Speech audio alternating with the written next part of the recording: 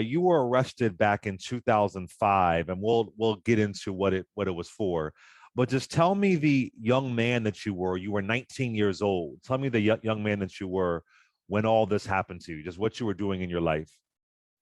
At that particular time, I'd had a newborn son. My son was one.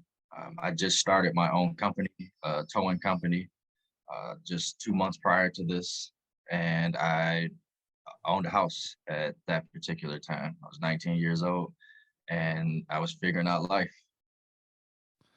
Wow. So you were doing good stuff in Michigan. Yeah, doing good stuff. That's amazing. So let me know if I have this right.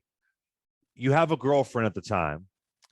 Uh, your girlfriend has an affair with one of your best friends. Is that accurate?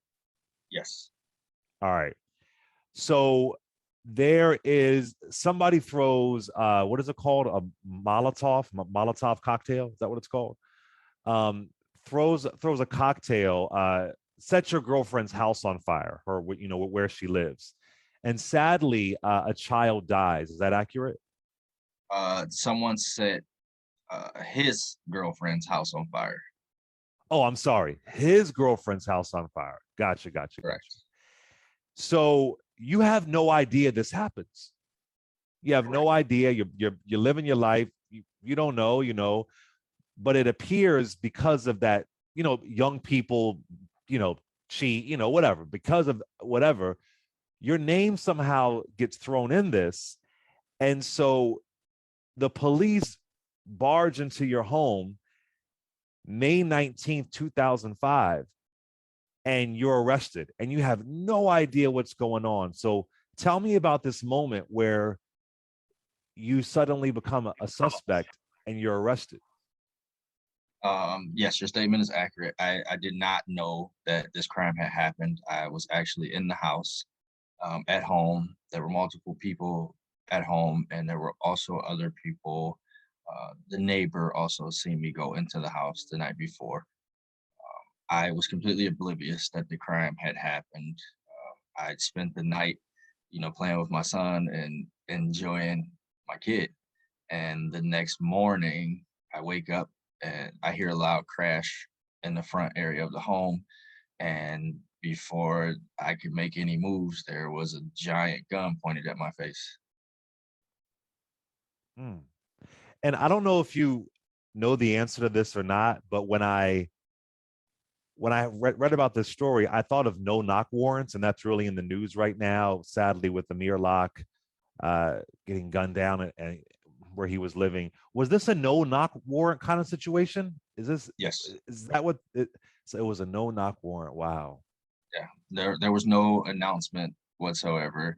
There was a loud bang and you heard footsteps, and before I could react, there was a group of people in tactical gear standing over me. Wow. And where was everybody else as far as your son, the rest of your family in the house when this is happening? Because I would be afraid somebody was breaking in. If you're not announcing yourself, that's what I would think. Go ahead. I'm sorry. Absolutely. My son was actually on my chest when they pushed open the bedroom door. He was on my chest, and instinctively, I reached to protect him, to guard him. And the first officer through the door screamed, "Baby, baby, baby!" And the second officer, like, she swept him off onto the bed and pulled me down to the floor, all in one motion. And he was on the bed, I was on the floor, and they were dragging me from the bedroom into the living room into the open space so that they can handcuff me while I was on the floor.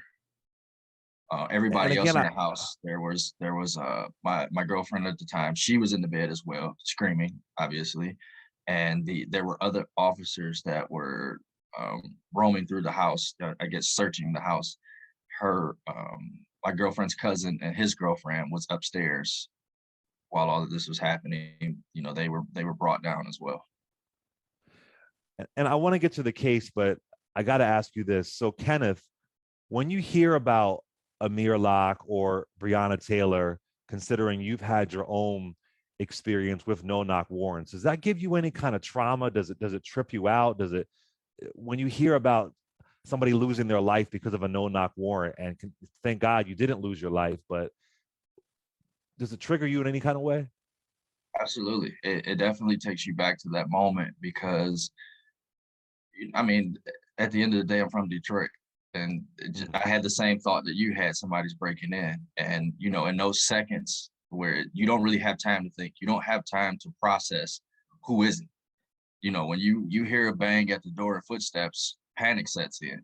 Your survival instinct kicks in, and it goes beyond just not knowing who it is, and the first thing you see is someone in tactical gear with an assault rifle. It's one of two people. It's a robber or it's the police. And, you react accordingly sometimes. And as we all know, sometimes being woken out of your sleep by abrupt noises can, jolt you into action sometimes. So yeah, absolutely it triggers me because, I mean, rightfully so, these situations can turn bad really quickly when you're reacting, right? When you're the person on the other end of that door, it's not being proactive, you're reacting to whatever that person just did. So you don't necessarily understand what's happening in those seconds.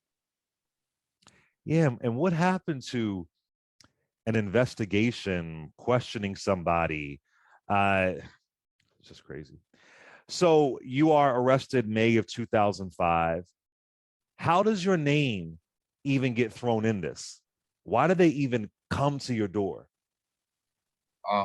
Initially, my name came up because the friend that was involved in the affair, for obvious reasons, our friendship had become hostile between the two of us, and at the particular time that the crime happened, we'd agreed to stay away from each other. But prior to that, we were pretty hostile towards each other, very aggressive words, some shooting at each other. My definition of it would be like scare tactics. Like we were kids doing dumb stuff we probably shouldn't have been doing. We weren't trying to harm each other at all. I mean, if we were, we'd grown up together, so we knew everything about each other. So if we wanted to harm each other, we could, but that wasn't the intent. It was more scare tactic stuff. So when this case happened, that our prior history of aggressive acts towards each other came up, and that's how my name came up. There was a 13-year-old boy, which was one of his girlfriend's kids, that claimed to have seen my car or a similar car fleeing the scene.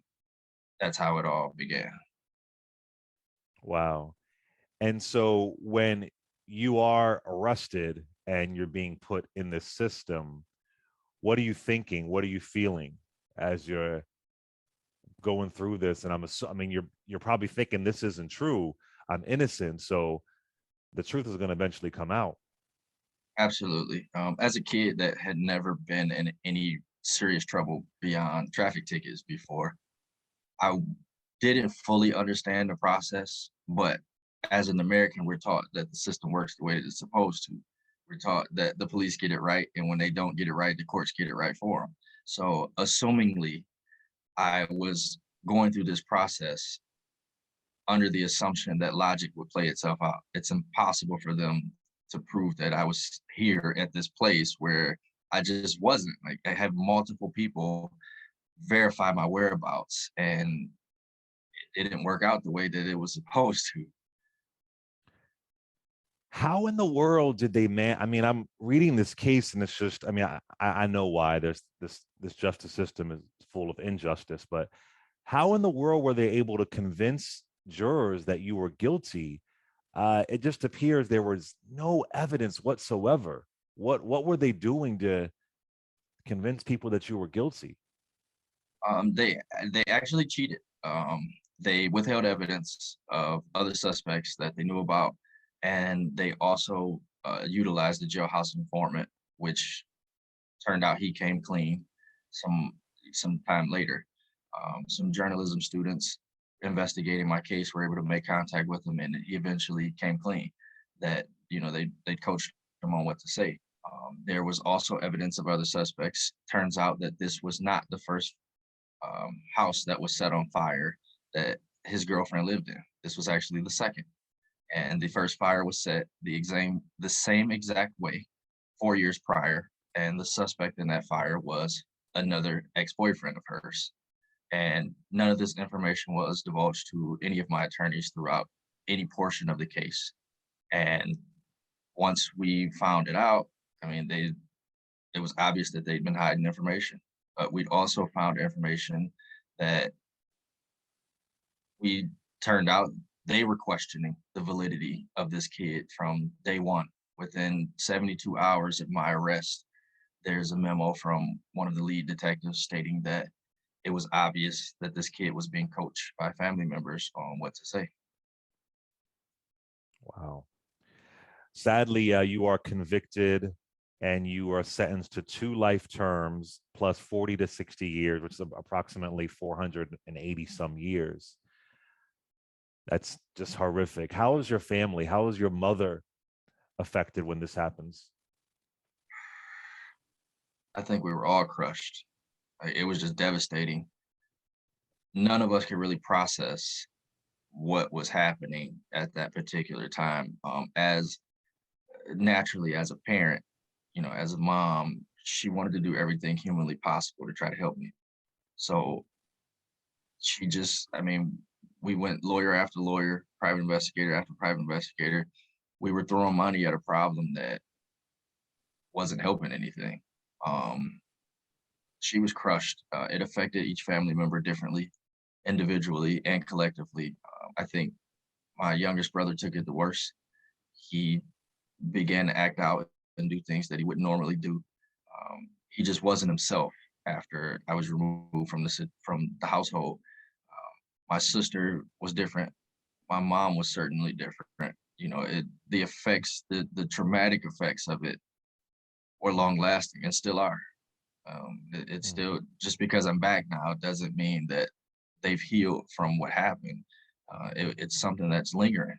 We still have conversations about her nightmares, my nightmares, how this affected other family members. It's really, really difficult to go through something like this and expect to be over it shortly. Kenneth, do you think the woman whose house was firebombed, if you will, do you think that she believed that you were guilty? Do you think she really believed that? I'm not sure. My personal answer would be no. I don't think that she believed it. I think that she was fed. I think that she was fed information that she knew not to be true, but she chose to believe it. Trying to, I guess, cope with the situation. This lady lost 2 kids in the house fire, and she was being told by police and prosecutors that they had the right guy. So as a coping mechanism, I think that she accepted whatever the narrative was that was being told to her. Hmm. So you are, again, it's 15 years and 9 months. That's a lot of time. You're 19 years old. You're spending your 20s, part of your 30s behind bars. I can only imagine what that is like with the inmates and the guards and so on. How are you surviving? How are you surviving being in there day to day when folks think prison, they think violence? How are you surviving? Day by day, minute by minute. Yes, prison does equal violence. It's a hostile environment. It's an extremely violent environment. It is probably one of the worst environments for anybody to be trapped in for something you did do, but to be locked in a cage for something you didn't do is it's harmful and traumatizing. To see some of the stuff that I've seen navigating through the prison system, it's hard to digest sometimes. I have moments of breakdowns, just thinking back at some of the stuff that I've seen. Everything that you can possibly imagine about prison, I've seen it. Riots, I've seen death, I've seen heart attacks, I've seen drug overdoses, I've seen people go home in every way that you can imagine. Parole board, exoneration, death. I've seen it, and it's really, really hard to process everything that's going on around you because there's always so much going on. But it's doubly penetrating when you're innocent. and you know you shouldn't be here to begin with. Yeah, I could only imagine day by day all that time. So you tell us a bit how you eventually get your freedom. I believe that you were writing tons of people, and then I think was it by the 14th year you finally got a response. Is that accurate? After 14 years, tell us about that. Yes, after writing, I don't know how many letters, I I ended up on a waiting list for several different organizations that potentially could be interested in my case. About 14 years in, there is a journalism school called Medill Justice Project in Illinois, and Medill Justice Project, they decided to take on my case as a class project. I had 8 students assigned to my case, 2 um, teacher aides, and multiple professors. A part of their project was that they talked to everybody that they possibly could associated with the case. They requested records, and they drove to Michigan a couple of times to interview as many people as they could face to face.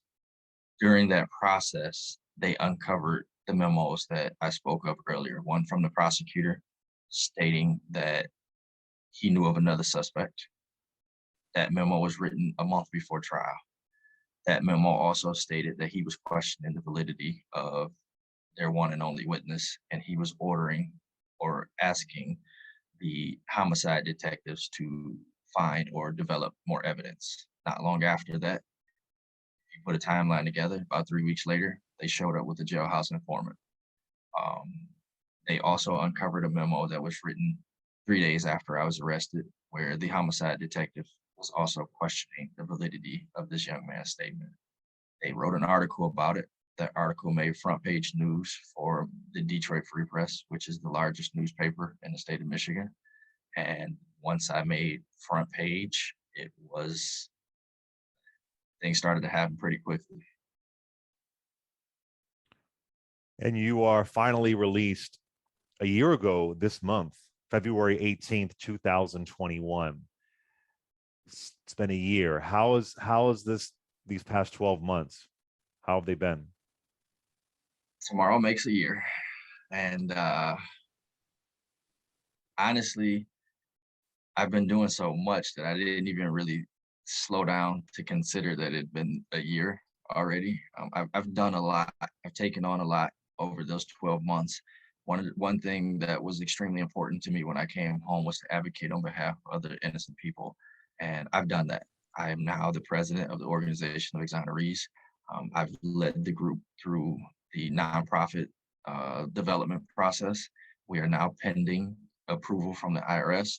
I've also been able to, uh, I've done a lot as far as reform, testifying before Congress, helping conviction integrity units get started, um, traveling the country. I've gone to Africa, so international traveling. It's been fun. It's been really, really fun. I enjoy what I do. And for me, mentally, I'm in a place where I feel comfortable and not comfortable from a I'm good where I'm at, but comfortable knowing that the things that I'm doing and the changes that are being made because of the things that I'm doing are meaningful. I know the answer to this question, but I'm going to ask it anyway. I mean, 2005 is not that long ago. We're not talking about 1977. So I'm assuming a lot of those police officers who barged in your home or listened to some informant or the prosecutor, it appears there was misconduct. Is anybody going to pay, penalize, repercussions for what appears to me to be clear misconduct, or do they all still have their jobs and just living their life? Um, that's a tricky question because in Detroit, we're up to 33 exonerations in the past 4 years. Yeah. And what's abnormal for what's happening in Detroit is you see a lot of the same officers' names come up in a lot of these cases. You see the same prosecutors' names come up in a lot of these cases. So to answer your question directly, no, no one will ever be held accountable according to the law as it sits today. However, all of the prosecutors associated with all 33 of those wrongful convictions still have a job. They're still prosecutors, they're still public employees. Some of the detectives, however, have um, moved on, I guess you can say, to other departments or other careers in different areas. There have been some investigations. None of them have been brought to a point of conviction, I guess you can say. They, a lot of what people don't realize is that there's a statute of limitations in Michigan on after something happens that you can charge a police officer. Most of the cases that have happened in Detroit are past that statute of limitation. So no, you're not, nothing's gonna happen to a lot of those folks. They'll go on, they're retired, they'll move on to a different department and retire with their pension and act like your wrongful conviction never happened. Mm. That is unfortunate. That is unfortunate. That is not change. You know, it's one thing to have somebody be released, but yeah, what's happening in Michigan over the past few years is wild, and I'm sure this is the same thing all over the country. What happened to the your former friend? I mean, Uh, has he? I mean, he, former friend. I he don't is know. I mean, now go ahead. definitely former. He is Yeah. now in federal prison on drug charges. Wow. And the And kid that made up the story is now in state prison for a violent act himself. now I heard the mom who lost her children. I heard her in a video crying and saying that he's guilty. I know what he's guilty. Um, how does that make you feel for her to still be saying that? I mean, it's hurtful, it's painful. It's really hard to think about. No one wants to be lied on, and no one wants to feel like there's something they're not. I don't think that just applies to me. That applies to everybody, right? No one wants to be accused of something that you didn't do. And then in a situation like this where it's been proven that I didn't have anything to do with this. And she still carries on, that harsh feeling, that harsh emotion directed at me as if I've done something that has been proven that I haven't. That's really hard to accept.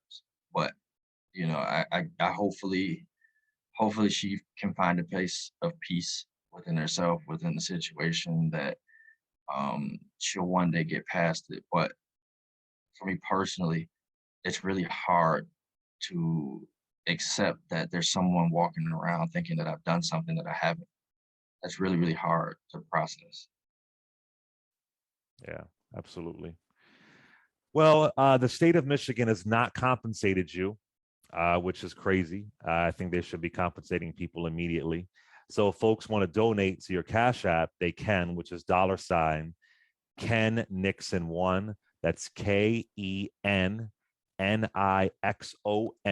1. They can donate to your Cash App. And if I know it's rough times right now, but if you can, feel free.